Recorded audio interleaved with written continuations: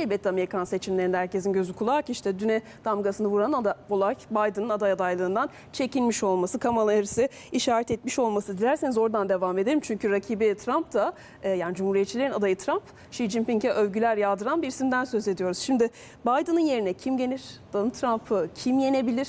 Ve özellikle de asıl soru dediğim gibi Trump'ı kim yenebilir herhalde esas Yani soru. şu ana kadar ki yani kamuoyunu biz de Amerikan kamuoyunu yakından nabzını tutmaya çalışıyoruz.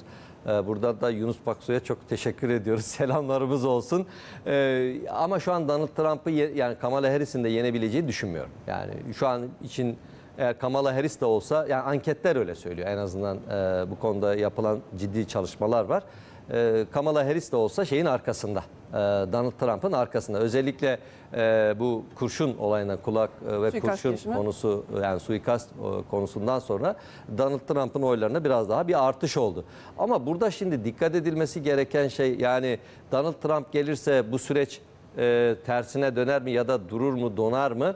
Bundan önce çok kritik bir zaman dilimi var. O da ne zaman Amerika seçime girme arefesinde olduğu dönemlerde başkanlar, siyasal elit bu seçim işleriyle meşgul olunca Amerikan derin devletinin terminal uçları olan başta Pentagon ve CIA, bilmem işte diğer bir takım güvenlik bürokrasisi Amerikan devleti adına başkanın ya da yönetimin haberi olmadan inisiyatif kullanıyorlar. Ne gibi? İşte bir yerleri işgal ediyorlar, bir yerlerde savaş çıkarıyorlar. Böyle bir şey mi beklemeliyiz yani? Yani şimdi aslında bu zaman çok kritik. Yani bu çok tehlikeli bir dönemdeyiz şu an.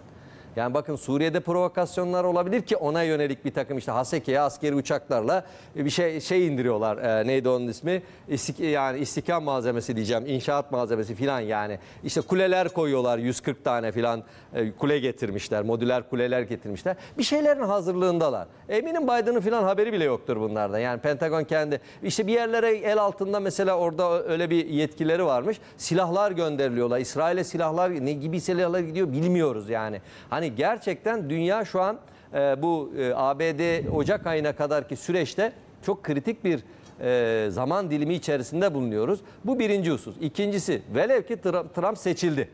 Zaten Harris seçilirse daha kötü olur. Yani Ukrayna üzerinden Rusya vesaireye yönelik çok ciddi saldırılar ve çatışmaların büyüme ihtimali var. Çünkü Kamala Harris ve Biden aslında küresel aklın temsilcileridir, figürleridir.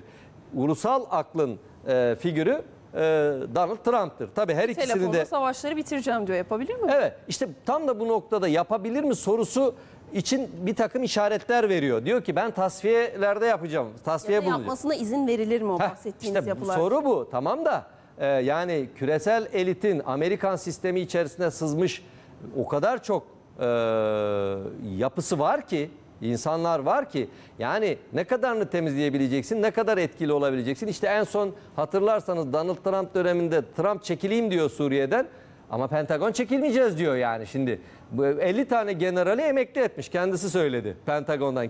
Şimdi birkaç yüz tane emekli etmesi lazım. Emekli etseniz de arkasından gelenler kim olacak? Dolayısıyla yani benim tahminim en az 2 yıl bu iç mücadele Trump seçilse bile devam edecek. Yani küresel akıl Donald Trump'a bazı şeyleri yaptırmamak için her türlü yolu deneyeceklerdir. Daha büyük mücadelelere doğru, hatta bu siyasal mücadelenin belki de sokağa yansıdığı bir Amerika'ya doğru gideceğiz. İşte bu kaotik ortamlar diğer yapıların inisiyatif kullandığı süreçleri uzatıyorlar. Bu tehlikeli. Var mı bir öngörünüz bu 3-4 aylık sürecin çok kritik olduğunu ve o yapıların bazı adımlar atabileceğini söylediniz? Nerede bir kriz patlak verebilir? İçeride mi, dışarıda mı? Dışarıdaysa nerede? Şimdi içeride de yani içeride siyasal olarak bir sokak hareketi olacağını düşünmüyorum. Çünkü zaten Trump önde. Hani bu anlamda değil de özellikle dış politikada Suriye'de, Tayvan'da ve Ukrayna'da ciddi gelişmeler olabilir efendim. Şimdi özellikle Türkiye için ne anlama gelir bu arada, işte Trump mı, Harris mi ya da başka bir adayın kazanması Türkiye için bir şey değişir mi? Yani tabii şimdi hani Donald Trump'ın Orta Doğu'daki askerlerimizi çekeceğiz sözü önemli. Ama her halükarda bu güç mücadelesi, evet, Amerika içerisindeki derin yapılara bir takım inisiyatifler sağlasa da aslında hani yönetimin, siyasal yönetimin o emperyal politikalarını uygulamada biraz göz ardı etmelerine sebep oluyor. Bu da Türkiye için iyi bir şey. Peki. Yani onu da söyleyeyim. Yani bize bu mücadele son cümle onu da söyleyeyim. Suriye'de, Irak'ta ve Kafkaslar'da alan açabilir efendim.